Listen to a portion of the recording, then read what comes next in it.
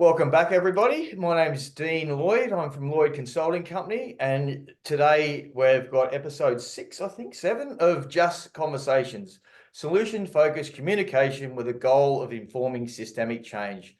And as always, my next guest needs no introduction, so over to you, Marius. G'day, Dean. How are you? Good to see you. I'm well. I'm Marius Smith. I'm the CEO of VACRO. So we work with people coming out of the criminal justice system in Victoria, in Australia. So I have been CEO of VACRO since 2019. Before that, I worked at a human rights centre, the Caston Centre at Monash University. And when I was there, I got to know we used to send really high achieving students overseas. And one of them was a young First Nations woman, Laura Wilson, and she came back, finished her degree, and then she was working in a community legal centre, and also she was an independent Koori visitor, First Nations visitor out at Port Phillip Prison, which is a maximum security prison in Melbourne. And she got me together with two First Nations academics one day and basically said to us, look, there are these guys out there, they're involved in education, Aboriginal men. They need a homework club, so you guys are going to do it. Like, she was a force of nature. Laura's still in contact with her. She's such a great person. And so, we ended up doing that and running a program that became broader than just homework. And we took a mix of Aboriginal and non-Aboriginal students from universities around Melbourne in on a weekly basis to run these sessions. It was just amazing. And it was probably the thing that, I'd always been interested in the criminal justice system, but that was kind of the thing that really got me sort of embedded and involved and sort of led to me then, becoming CEO of VACRO in 2019. Exciting stuff, mate. I think I met you close to just after you started. So yeah, we've had a relationship, just to be clear. We catch up on a regular basis. So yeah, I'm not going to let him slide on any questions. Don't worry about that. No, so one thing that this conversation's about is, trying to look at different things and different approaches, and, similar to what you've just touched on around, that grassroots, how do we get in there? So what is it and what does change look like for you at VACRO? Like, is there anything at the moment that's happening at the moment that's different, or you feel like it's different? We've sort of there's a few different things. I might mention a couple if that's okay. So yeah, go for it. So one thing we started a program, actually that started before I arrived in pilot mode. It was called Video Visits at the time. It's now called VACRO Family Visits, and it's we're not aware of anything that works quite like this. So it's supported video visits between someone who's in prison and a loved one in the community. And so we've got a family worker who will, work with and talk to the person in prison and the person, in the community before each call, debrief with them afterwards. And if they want, we'll even facilitate the call if the relationship kind of needs that. And as I say, it started as a pilot for mums and their kids at one small prison. And now we've expanded to both of the women's prisons down here in Victoria and most of the men's prisons as well. And, we strongly support, in-person visits. They're they're really important, to people's sort of, family connections. But what this does, when someone's in their own home and they're able to relax, you see kids able to show their mum their homework, show a song and dance they learned at school. People are able to have different, deeper sort of conversations when they're in this more comfortable setting. And we make sure that the prison setting is also softened a little. We'll bring in some things to hang on the wall and that. So it's really trying to take the, prison out of it as much as possible. And, we see that these programs are really strengthening a connection between family before they head back into the community. And so when people start the program, we encourage them to think about who is the most important person in my kind of journey back into the community when I get out of prison. And that's the person we're going to kind of focus on in it. And so it's been a really great program, particularly since we started expanding it to all the prisons in 2022. But perhaps the most amazing thing is we're seeing there's group sessions that we do at the start to introduce participants Yeah. to, relationships and the issues that you might face. And sort of we're seeing men open up and talk about their relationships and about their partners and kids in a group setting, seeing them support, but also sort of challenge each other. There's often tears, there's real vulnerability. And our researcher at VACRO was looking at the reports from these group sessions and saying all of the evidence shows that men just don't do this in group sessions in prison. So Yeah. it's kind of a testament to sort of how our family workers facilitate these sessions, just really open, really vulnerable, really supportive, really clear, guidelines about how the sessions are going to work. And so, it's just one example of this sort of, the more you kind of go in with a really clear understanding of what you're trying to do, backed by research, backed by having learned from people here and all around the world, people like, people you've already spoken to on your podcast, Dean. The more we're sort of challenging assumptions and about what has to happen in a prison, or what has to happen when someone's heading back into the community, or what's inevitable, or what you can't change. And that's a really exciting thing about family visits. And family is one of the most important, elements to anyone's. Imperative. Yeah. And again, and evidence will show you that people with strong family connections actually have lower recidivism rates. Yeah, and we've already touched on this in our other conversation. So I'm loath to go into prison, and I don't really do work in prisons anymore because that's a personal choice. But yeah, I'd be really excited to see the outcomes there around the longevity of and the reduction in returning to prison because of that connection and that strong connection as a result through care sort of scenario. So yeah, that's really exciting. Yeah, and that's a next thing. I was actually talking to our development team about that this week. Like, at what point, could we sort of look at the outcomes after people leave prison? Because as you know, Dean, from working in the nonprofit sector, you've got a really limited ability to follow people after they finish in your programs. Like you can get really good information, you get really good data about people who you're literally working with, but once they've finished, it's hard to track them down. It's expensive, but it's something that we need to do. And another one of the sort of things that's really exciting is we're about to start a new program underpinned by a social impact bond, which I've learned a lot about over the last couple of years as we've been Sorry, I shouldn't. developing this.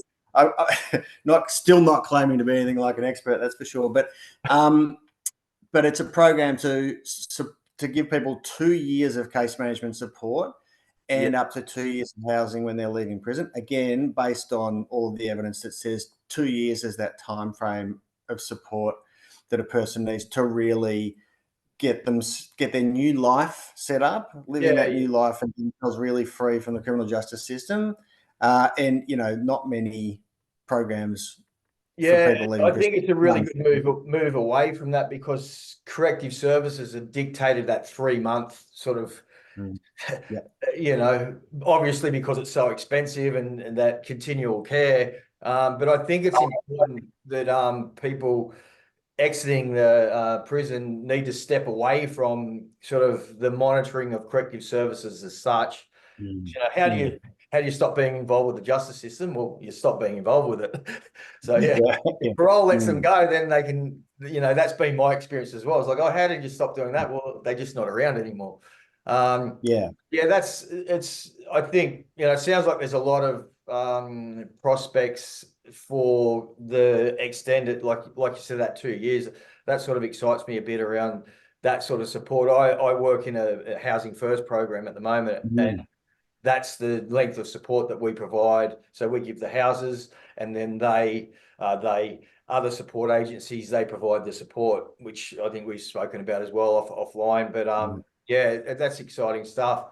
Where are you? I was just going to say that, Dean, just to tie it back to the point about sort of being able to work out outcomes afterwards. The exciting thing for us is government's involved, and the reason why they're they're kind of willing to open the purse strings for, as you kind of mentioned, a pretty expensive model once you're doing it for 2 years, is that they're looking at the avoided cost of the program, the money they don't have to spend on prisons and all the rest of it. And so they're bringing a whole lot of data. So we're going to get information on whether people, on recidivism rates of all our participants in the program, on homelessness data about, where they stay housed over a 3-year period, and emergency department presentations, to sort of a stand-in for how the health is. And then a long-term evaluation that they're going to pay for, the government will pay for as well. And like, that's where I kind of want to push government. You've got the data. We as a non-profit don't really have. We have a fairly limited capacity to pull data from outside what's in front of our face, so to speak. And that's what's exciting about, or one of the things that's exciting about this new program ARC that we'll be running.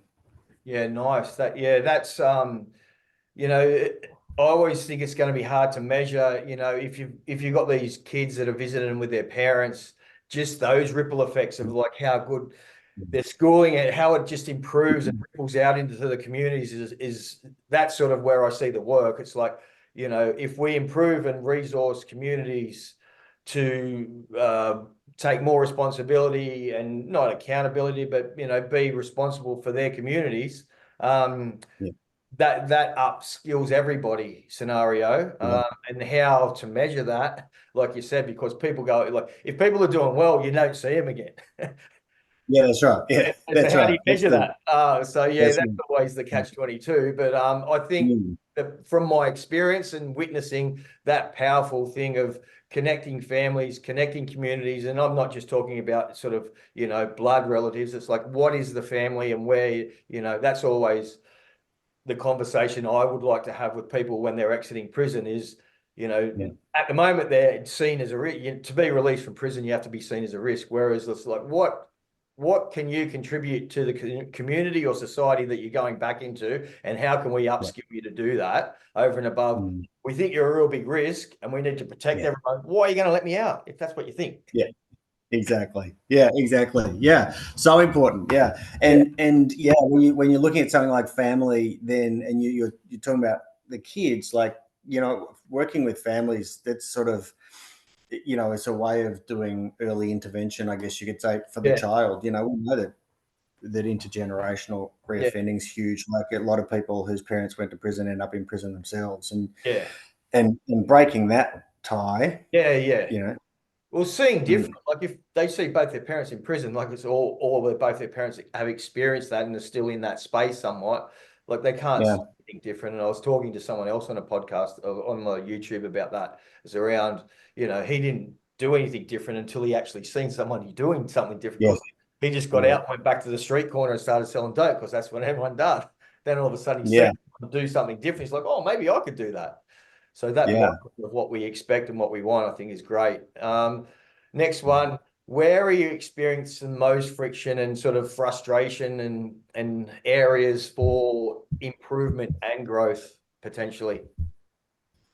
So in terms of friction, so I mentioned this new ARC program. The 2 years of support and up to 2 years of housing, and we've got a group of community housing providers who are providing the housing. But I mean, the biggest friction for people coming out of prison is housing. There kind of just isn't any. It's incredibly hard. The best available data, which is not necessarily fully accurate, again, another problem with data, but the best available data suggests that 50% of people here in Victoria are coming out of prison into homelessness. And the post-release program that we run at the moment, the reintegration program called Reconnect, it's over 85% of those participants are coming out to primary or secondary homelessness. That'd be a more realistic statistic. Yeah, that's right. And so and then you get a case manager whose job is to kind of coach someone and help them to build that new life and hook them into services, instead spending a lot of time on housing. And as I think I heard you say, Dean, on one of the other episodes, you work in housing. I mean, housing doesn't solve everything, but you can't solve anything without housing. Yeah. It's the You've got foundation. yeah. It's I the mean, foundation. when you talk about your Say it often to people. It's like if you go to work from a park bench for 7 days, come back and yeah. let's have a conversation at the end of the week. I don't care how much you love your job; it's going to be a struggle. That's right. Yeah. Or let's talk about your mental health condition while you're homeless. Yeah. It's like, and that's why I do work in the housing first model. So that's like I wholeheartedly believe in that. It's like let's get you the house, Mm, and then we'll get you the mm, support. And just recently this week, had a guy get out on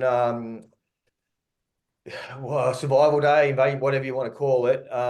He got released on that day, turned up to his mandated accommodation from corrections on parole. That no one was there. They had no record yeah. of him. He slept in a park for 3 days, turned up at our Uh, office on Monday. yeah. Like, oh, it's okay. I'll just stay in the park until you can find me somewhere. It's like, no, we're Mm, not going to do that. yeah. Like, let's get Yeah. you 7 days. And at the moment, we have up here, it's like every 2 days you have to go back and revisit. So I'm like, nah, this guy needs at least 7, probably 14 days for us to just Yeah. keep him in one spot. Because imagine having to Yeah. move every 2 days as well. Like, it's still not a Yeah. solution. The model that we Yeah. have in New South Wales, really. Like every Mm. 2 days, And all your stuff is up, that go things? back to housing, you got to go and ask for more housing, and then you go back Yeah. and usually stay at the same place that you had to come out of and take all your stuff away from. And you've got no cooking facilities, you're on a fixed income. It's just a nightmare. Yeah. How do Yeah. we expect people like it's hard enough for me to do that, like let alone people coming out of prison. This guy had no money, he didn't get any money Mm, like Centrelink or anything like that. yeah. So he's Yeah. on the street. Like I'm surprised he didn't reoffend, like steal Yeah. or caught reoffending. I probably did. But like how's he feeding himself? Yeah. Yeah. Yeah. Yeah. Yeah. Yeah. It's amazing. I think a lot of people are surprised at how little we give to or support people who are leaving prison. And that in so many cases they are just literally it's a bus ticket and Yeah. then what comes next, I don't know. He had to get from Bathurst to Sydney by 2 p.m. to get his accommodation. He got there, but with no money and no like he Yeah. got a ticket obviously on the train, but that was it. A Yeah. ticket and Yeah. like a piece of paper that said you have 7 days accommodation here. Yeah. Right. He turned up Yeah. to parole on Monday before us, and like you can't be on parole without an address. His parole officer Yeah. rang the centre where he was meant to be staying, and they're like, "Oh, we have no record of him." Yeah. Right. Yeah. Right. God. Insane. Oh, that's great. Yeah. But it's just lucky he's somewhat, he's a capable type of a guy Yeah. who's able to Yeah. resource himself a bit. But like a lot of people, just homelessness. Yeah. Mm, mm. Um, so we touched on it a little bit around the technology that VACRO is using. So where do you see that sort of technology and innovative approaches coming more in the space that we're in, and how would that help as an organization? Maybe not so much the video, but just more your staff and all that sort of Mm. stuff to reduce their. Yeah. Yeah. Well, I mean, one thing on kind of like digital technology, what we're kind of trying to get at the moment is for our staff to be able to take technology like laptops or iPads or something into prison, so that everything's digital. We still have a lot of paper, because you can't take, you've got to use pen and paper in prison. That'd be helpful. But I mean, more broadly on innovation, for us, there's been a lot of innovation in kind of research and evidence over the last 30 years. And I think people maybe sometimes don't appreciate how valuable research can be for a frontline organisation like us. So in particular, like traditionally, I think people leaving prison have been supported by kind of clinical frameworks, clinical models, psychology, things like that can be very helpful, but are also quite limited because they're focusing mostly on the individual and what the individual can do. Yeah. And you talked before, Dean, about the whole community and how a community supports someone. And over the past 3 decades, we've seen sort of this theory emerge of how to work with people leaving the criminal justice system, known as desistance theory. And it's sort of it's really taken off. And it really started from a British academic in the 90s going, well, what is the difference between a person who gets out of prison and stops committing crimes or desists from committing crimes? Not a great word, but what's the difference between them and someone who gets out and persists, keeps committing crimes? And he's, well, why don't I go and ask him? So, became a very famous sort of research piece now, the Liverpool Desistance Study. And what he found was that all of these people telling their stories, there's really common things that happen when a person gets out of prison and manages to create a new life for themselves. So they start with they do start by owning the past. Yep, okay, I did those things. Then they put a really healthy distance between it by starting to talk about who they are. But that's not the real me, or that's not who I am now. Yeah. And then they're pivoting. It's like, well, who are you now? And so the first thing you kind of need is a new narrative of your life. Well, I'm a guy whose family's important. I'm going to be a breadwinner. I'm going to be a member of my community. They're starting to sketch out what their life might look like.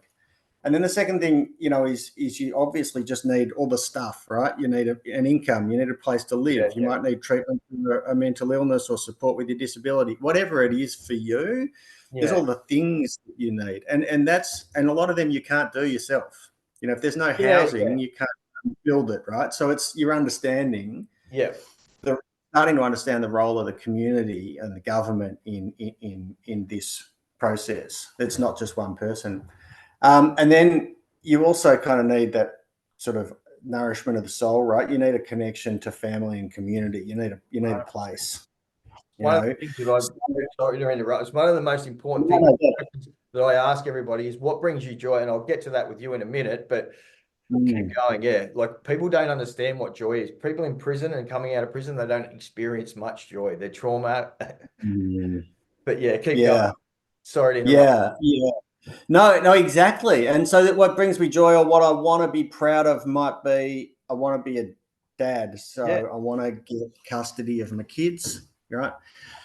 Or I was happiest when I was 18 and I was playing footy. So I want to, when I get out, I'm going to start playing footy again.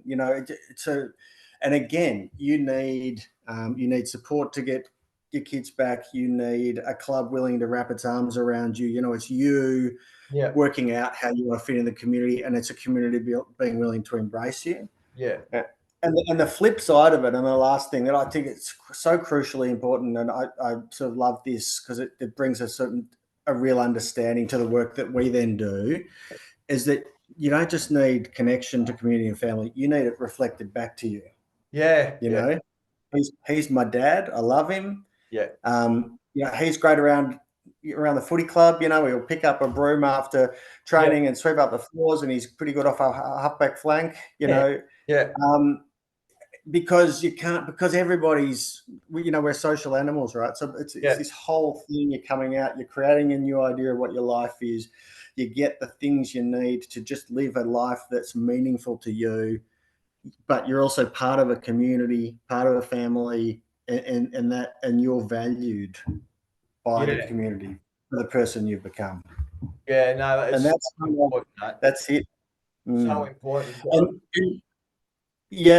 Sorry. And in terms of innovation, like it's just that then really informs our work and everything we do. And, you think about that kind of informing the way we run family visits, you're kind of understanding, well, this is essential, and we understand the role it plays, and then we can talk about the work we do and how we can refine it and improvement and bring the data in and have a look at it. And then our staff have reflective practice sessions, in some of the programs, and we're rolling that out to programs based on that data and the theory and what they're seeing in front of them, with their actual work. And it all comes together. And I think it just helps us to be a better organisation that provides better support to people. Yeah. And thanks for that. Appreciate it, Marius.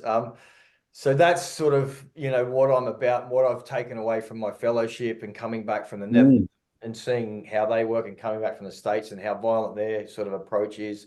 There's a big trauma sort of informed scenario at the moment. That's sort of the buzzword. I'm trying to move. So what trauma does for me is it labels and it separates. So it's like I'm a trauma survivor and you're someone that's trying to help me. I'm trying to get, hey, let's have a humane approach. What's humane? How can I treat you humanely? Because as humans, that's together. Like we come together as humans because that's what we are. We're both humans, but females, males, we're all human. So taking a humane approach over a trauma-informed approach at the moment, which I get this is the buzzwords and all that sort of stuff, but I'm trying to get that into the vernacular at the minute. Let's have a humane approach, and it really is sounding like that's what you're trying to do at VACRO and move towards, which is great. But that desistance and people having criminogenic needs, like, oh, that just drives me insane. Like people don't have criminogenic needs. We're human. We have an innate need to be treated humanely. And if we start to do that, I think it'll bring us together. And it's so true. And we sort of say our main risk management tool is what I've just taken you through, helping someone to build a new life. Because the more that they build a new life that means something to it, the more valuable it becomes to them, and the more that their old life falls away. And I feel that so congruence is really important for me, having being a survivor of a traumatic or several traumatic experiences and coming out of prison. So the humane approach for me is, am I safe first? So if I'm safe, I can go and be safe with you. So if I'm not feeling safe, whatever I bring into our environment, it's not safe. So that humane approach really starts with personal responsibility. What am I personally responsible for? My situation and what I'm doing and what I'm bringing in. And that's something that I would like to see in the justice system. So justice holds people accountable and it punishes people. And I understand why, and we don't really need to unpack that too much more, I don't think. But if for me, and I've spoken to a lot of other people with experience of the lived experience of the justice system, everybody has said I was like, how did you get up and out? It's like, I had to take responsibility for myself. No one could hold me accountable. How do I be responsible for myself? And what do I need to do that? So it's around, for me, it's around not, so I've also talked to a lot of people. It's like charity was the last thing that I needed when I got out. I needed opportunity and access. So if you give me opportunity and access, most everyone that I've met in the criminal justice system, they're very resilient and they're very resourceful. So if you give me opportunity and access, I'm coming up and I can thrive. But it's when I face the barriers and all those sorts of things, they're the issues. And I think that's somewhat of what you've touched on around, removing the barriers and all that sort of stuff in an undercurrent of all the work that you guys are doing down at VACRO. Just go. And I know you're winding up, but and the other program we've started in the last couple of years is Second Chance Jobs. And the real, I won't go into detail, but the real thing about it is we've got employers who've come to us and said, I'm willing to take on someone with a criminal record. And that's like, it's so hard for someone to find an opportunity on their own sometimes, but these are all employers who are coming and saying, I know I'm going to get someone with a criminal record. That's completely fine. I know you'll support them. I know you'll vouch for them. That's a kind of example of, and then off they go and do it themselves. They go and become the good employee. They go and become really valuable and loyal. There's the opportunity. Give me the opportunity. I'll take it and grab it with both hands. Most everyone will do that.